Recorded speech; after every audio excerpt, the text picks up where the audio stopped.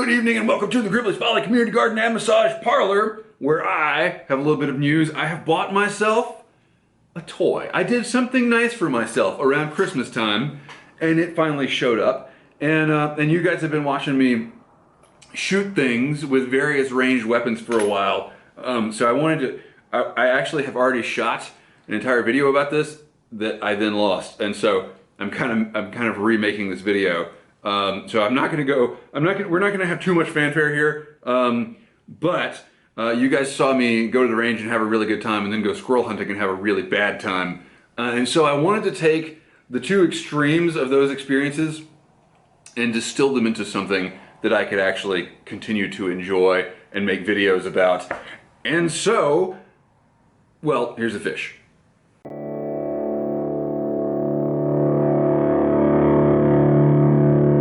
The thing is, going to the range is a lot of fun, but it's really expensive. Not just in the cost of the ammo, but in the cost of the gas to get there, the time I spend getting out there. That's time I could be fishing, or, I don't know, being a father. And so I was trying to find a way that I could still get the fix of shooting. I could still get that meditative shooter's bubble feeling that I really enjoy about shooting, target shooting, and be able to afford it and have it not take up a bunch of time. And I considered joining the local range, but I had to be a member of the NRA, and I'm not cool with that. So basically, after making fun of people like David 35445 for shooting air guns, I went and bought myself a match grade air gun. So I wanted to make a video about like opening the box. I did make a video about opening the box and all that, and it was lost. But this is the Daisy Avanti 853. It is a match grade target rifle in 177. It's a single pump pneumatic rifle. I didn't know what any of that meant until a few weeks ago. But the point is that I did not buy it new. I bought it from a program called the Civilian Marksmanship Program. And as near as I can tell, these are folks that work with the NRA, and they work with ROTC to teach kids how to shoot. And so these rifles are bought in bulk to basically to teach kids the fundamentals of marksmanship. And then when they're decommissioned, I guess, you can buy them from the CMP for a third of the price. So if anybody out there is finding this video later because you're looking for this, I did want to talk a little bit about my experience with the CMP. Now, I paid by check because their checkout is a little dated, like 1996 internet dated. And so like you have to print out a form and mail it in, basically, or you can fax it or you can email it. But I didn't want to fax or email my credit card number or send it through regular mail. So I wrote a physical check, which is something I haven't done in like 3 years. I wrote a physical check and mailed it into the CMP. And I think I did that on December like 16th, and I got this rifle a few days ago on December 8th or something like that. So it was a long time. It took a long time, but there was also the Christmas holiday and the New Year holiday in there as well. So, and the check had to clear and all that. So that's my one complaint about it so far, is that it just took a long time to get it. Other than that, the rifle itself is in really good condition. Let's zoom in. So forgive my camera work here, but this is the barrel shroud. It's just a weight. It doesn't actually do anything. And this rifle has globe sights, which are like peep sights for really, really nitpicky people. And the stock is rough, man. It's, let's see if I can get a good angle where you can see. It looks like it has been sanded. It's dry as a bone. But that's okay. I mean, it's a surplus gun, basically. There's a little bit of, you can see some wear and tear. It definitely wouldn't pass for brand new. But again, nothing really major. And here's the rear sights. I had never used one of these before this gun showed up. But I really like it. The wood itself is actually pretty nice. It's got some nice, just look at that grain, Norbo. It's good stuff. So there may be a refinishing project coming up soon. And I'll tell you a little bit about what I've done to the rifle so far.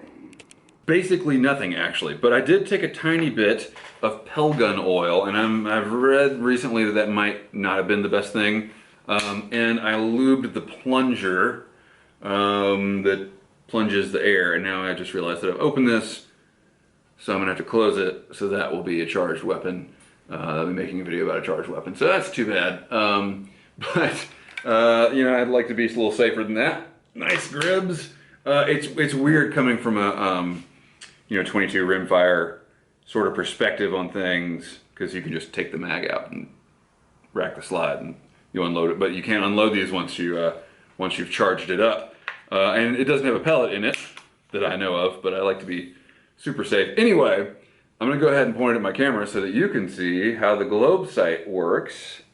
You can sort of see how the globe sight works. Where's the actual lens there? Well, you get the idea. It's a super narrow peep sight. This gun, I know what everyone's thinking, and I will not be taking this gun hunting because it's low powered, because it's made for target shooting. And so it shoots a tiny round. It shoots the 177 caliber pellets, and it's made to shoot them at 10 meters, not very far away. And I'm going to test that a little bit. In fact, I've already done some testing on that, but we'll get to that in a different video.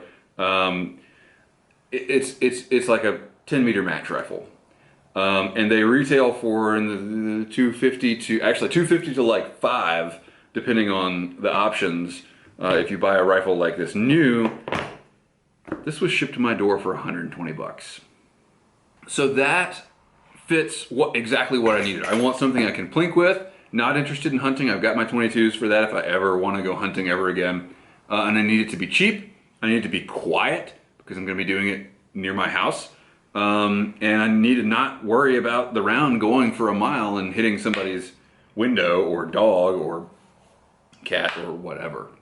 So I'm assuming you guys know way more, I mean, especially David, you guys are going to know more about this stuff than I do. But I'll show you the pellets that I bought. I just did a quick Google. I bought the Craftsman Premier pellets because, you know, a hobby is so much better when things come in tins. Am I right?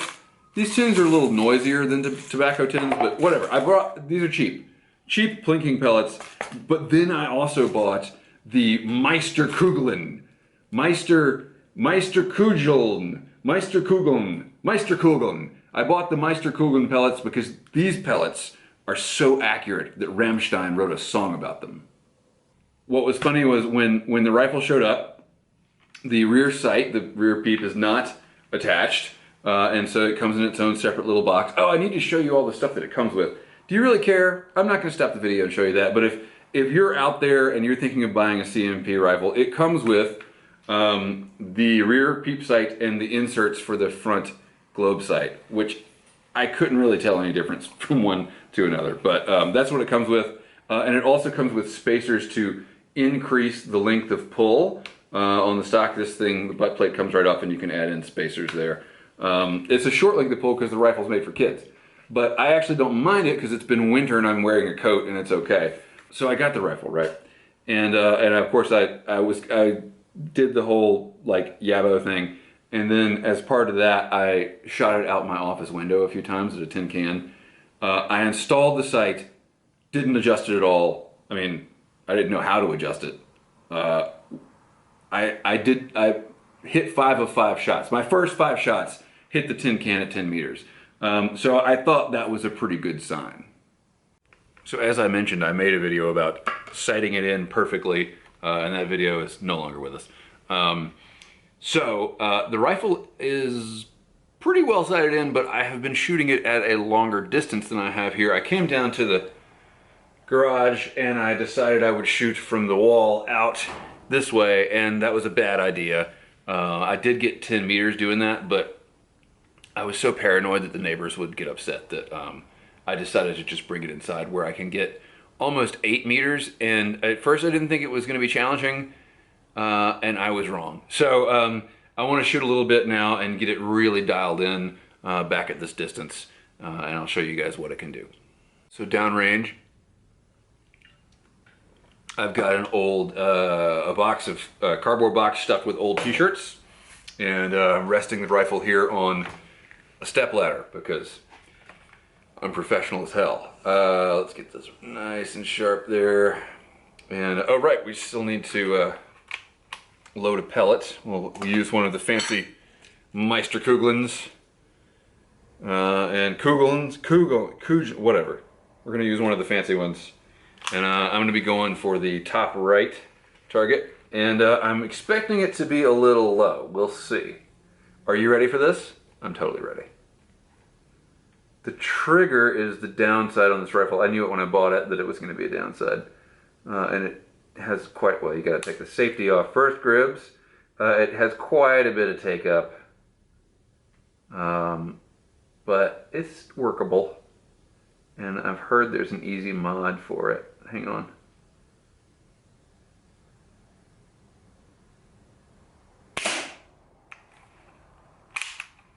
So I'm going to shoot, I've been shooting groups, and it groups very well.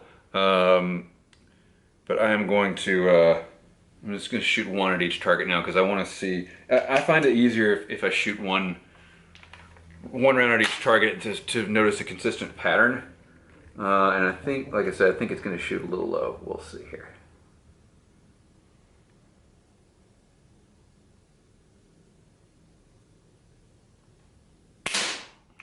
I think I pulled that one. I can't see from here.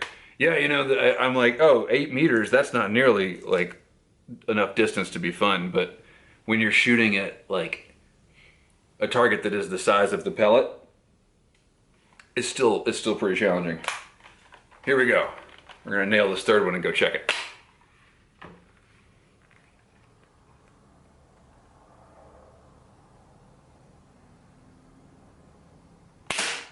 All right, let's go see. Huh, okay, well that's weird. As you can see, that's a little low. That's just a little low, and then that one is like, if anything, that one's a little high. Which probably means the rifle is dead on. I'm gonna shoot groups of 3 in this next row and see what happens.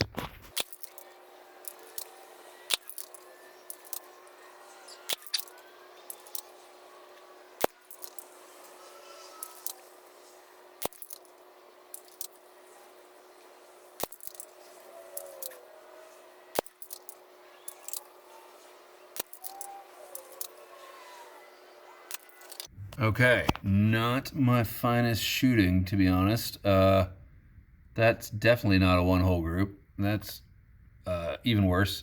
But that's okay. I could probably live with that. I think from these 3, and actually from the first 3, we can assume that it's shooting a little bit to the left. So the manual says that each click on these sights moves the point of impact 0.04 inches. 0.04 inches. So we want to go right. Let's do 3 clicks to the right. Try that out. I'm just going to shoot some groups and I'll bring you back and show you the results. Yeah, I'm pretty happy with those groups. The middle one's high. That's weird, but the other 2 are fine. It must have been something with my stance or something like that. Anyway, yeah, pretty fun. Thank you so much for listening to me go on about my nerdy hobbies on this channel. We're adding this to the mix. Let me know if you want to see more air rifle videos. Already got one coming up. Thank you for watching. Keep the ends out for the ties that bind. David, 35445. Teach me your ways. Teach me your ways. I need to know because I want to get better at this. Thanks. Bye.